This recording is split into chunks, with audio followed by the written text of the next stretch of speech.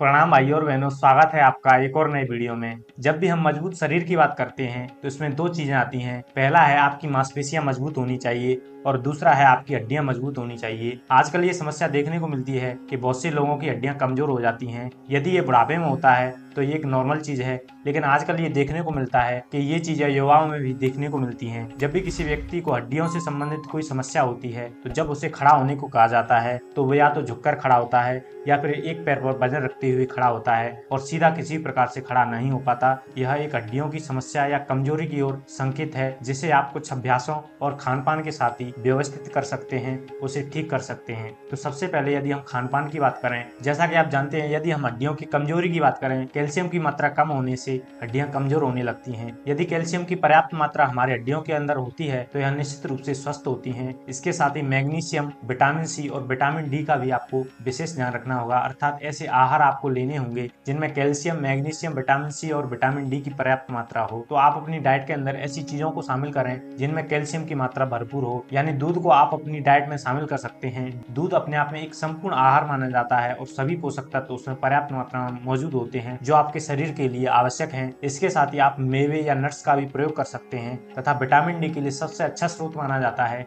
सूर्य का प्रकाश यानी धूप। यदि आप प्रातःकाल 10 से 15 मिनट तक डेली धूप में भ्रमण करते हैं तो निश्चित रूप से आपको विटामिन डी की आपूर्ति होती है। और इसके साथ ही आपको बाजार की चीजें, चाय, कॉफी इत्यादि से बचना होगा, क्योंकि जब भी आप चाय, कॉफी इत्यादि अधिक मात्रा में पीते हैं तो निश्चित रूप से हमें टॉयलेट के लिए बार बार जाना पड़ता है और कहीं ना कहीं हमारे शरीर से कैल्शियम की कमी होती है। अब हम बात करते हैं कि आपको कौन कौन से अभ्यास करने हैं जिनके द्वारा आप अपनी हड्डियों को मजबूत एवं स्वस्थ बना सकते हैं। सबसे पहले अभ्यास के लिए आपको अपने स्थान पर इस प्रकार से खड़ा होना है। अब हम करने वाले हैं जंगा शक्ति विकासक क्रिया। इस क्रिया को जंपिंग जैक की तरह किया जाता है। आपको अपने स्थान पर इस प्रकार से खड़े होना है, अपने पैरों के बीच इस प्रकार से गैप को कम करेंगे और सम स्थिति में आएंगे। फिर श्वास भरते हुए अपने हाथों और पैरों को इस प्रकार से ऊपर ले जाएंगे और श्वास छोड़ते हुए इस प्रकार से वापस नीचे लाएंगे। तो करेंगे इनहेल,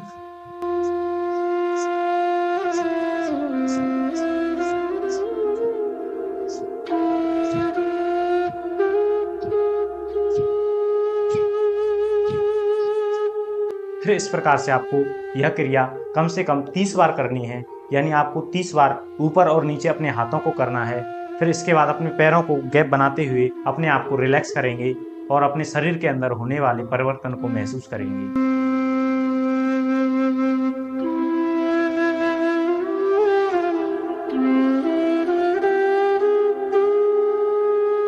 यह क्रिया आपके शरीर की जो हड्डियां हैं उन पर एक प्रेशर क्रिएट करती है, जिससे आपको उन्हें मजबूती देने में सहायता मिलती है। इसके साथ ही यह हमारे हाथ और पैरों की मांसपेशियों को मजबूत बनाने का भी कार्य करती है। अब हम अपने दूसरे अभ्यास की ओर बढ़ते हैं, जिसे चेयर पोज या कुर्सी आसन भी कहते हैं। इसके लिए इस प्रकार से खड़े होंगे और पैरों के बीच थोड़ा सा गैप बनाएंगे, जिससे आपको संतुलन बनाने में सहायता हो। फिर श्वास भरते हुए हाथों को ऊपर उठाएंगे और श्वास छोड़ते हुए घुटनों से इस प्रकार से झुकेंगे।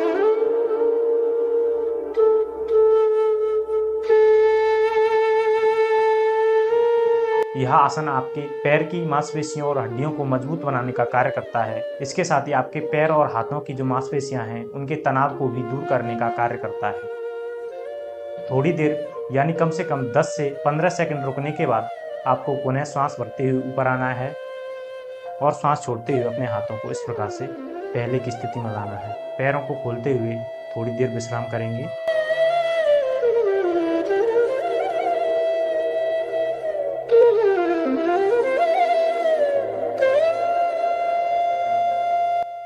थोड़ी देर विश्राम करने के बाद अब हम करने वाले हैं तीसरा आसन, जिसका नाम है वीरभद्रासन। वीरभद्रासन के लिए आपको पहले की तरह इस प्रकार से सम स्थिति में आना है। फिर अपने पैरों के बीच इतना गैप बनाएंगे, यानी अपने पैरों के बीच 1 से 1.5 मीटर का गैप बनाएंगे। फिर आपको अपने हाथों को श्वास भरते हुए इस प्रकार से उठाना है। फिर अपने दाएं पैर को 90 डिग्री पर इस प्रकार से मोड़ेंगे और श्वास छोड़ते हुए दाईं तरफ इस प्रकार से घुटने को मोड़ेंगे तथा दाएं हाथ को देखने का प्रयास करेंगे।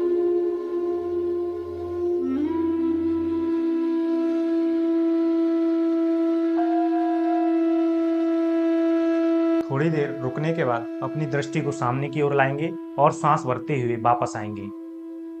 पैर को सीधा करते हुए पुनः बाएं पैर को इसी प्रकार से 90 डिग्री पर मोड़ेंगे और सांस छोड़ते हुए बाईं तरफ जाएंगे और बाएं हाथ के पंजे को देखने का प्रयास करेंगे।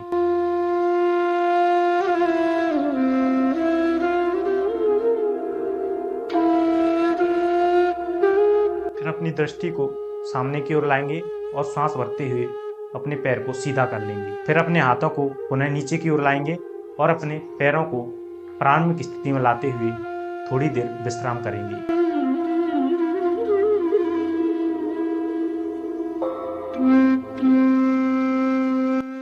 अब हम करने वाले हैं अपना चौथा आसन, जिसका नाम है गरुड़ासन।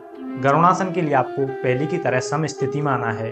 फिर आपको अपने दाएं पैर को इस प्रकार से उठाते हुए अपने बाएं पैर के चारों तरफ इस प्रकार से लपेटना है और अपने हाथों को इस प्रकार से सामने उठाएंगे। इसके बाद बाएं और दाएं हाथ को इस प्रकार से दोनों को मिलाते हुए नमस्कार मुद्रा या गरुड़ की चोंच जैसा आकृति बनाने का प्रयास करेंगे। इस आसन में कम से कम आपको 10 से 15 सेकंड जरूर रुकना है।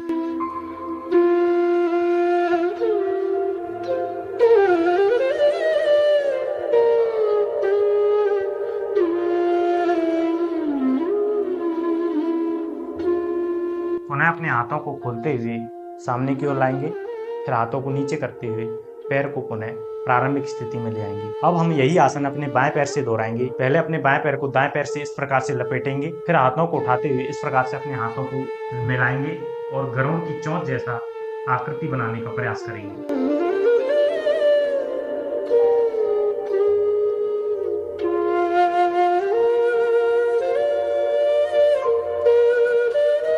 फिर अपने हाथों को सीधा करते हुए इस प्रकार से नीचे लाएंगे और पैरों को प्रारंभिक स्थिति में ले आएंगे। अब अपने पैरों को खोलते हुए थोड़ी देर विश्राम करेंगे और अपने शरीर में होने वाले परिवर्तनों को महसूस करने का प्रयास करेंगे। इसके बाद अपने स्थान पर इस प्रकार से पेट के बल लेट जाएंगे और अपने मैट पर अपने हाथों का तकिया बनाते हुए इस प्रकार से थोड़ी देर विश्राम करेंगे।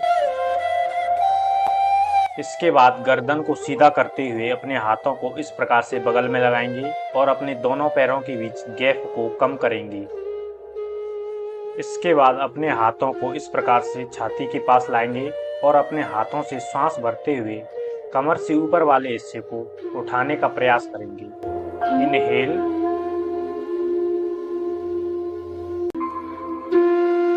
यहाँ पर आपको एक चीज का ध्यान रखना है, आपको अपने हाथों से कमर से ऊपर वाले हिस्से को उठाने का प्रयास करना है तथा यथासंभव यानी अपनी क्षमता के अनुसार रुकने का प्रयास करना है।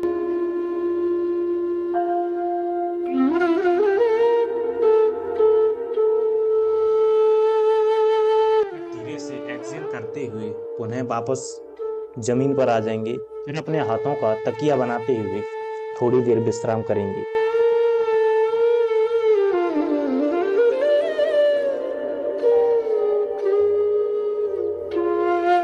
थोड़ी देर विश्राम करने के बाद अब हम करने वाले हैं धनुरासन का अभ्यास। इसके लिए अपने हाथों को इस प्रकार से बगल में ले आएंगे और अपने पैरों को घुटनों से मोड़ते हुए इस प्रकार से हिप्स के पास में लाएंगे। फिर राइट हैंड से अपने राइट पैर को और लेफ्ट हैंड से अपने लेफ्ट पैर को पकड़कर अपने हाथों और पैरों से जोर लगाते हुए शरीर को इस प्रकार से आगे और पीछे से उठाने का प्रयास करेंगे।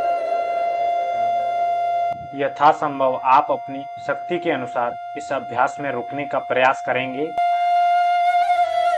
और एक्सहेल करते हुए अपने पैरों को और हाथों को नीचे लाएंगे।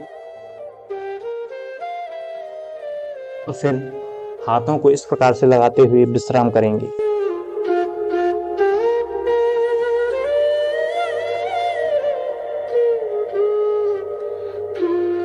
इसके बाद यहीं से करवट लेते हुए इस प्रकार से शवासन में विश्राम करेंगे।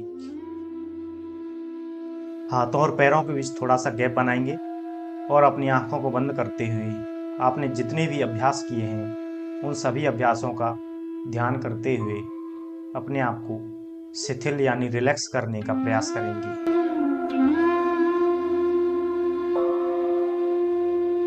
आपको ये ध्यान रखना है कि जब भी आप शवासन में विश्राम करें तो आपको सोना नहीं है, आपको सजग रहना है, यानी अपने विचारों के प्रति सजग रहना है, आपको अपने शरीर के प्रति सजग रहना है।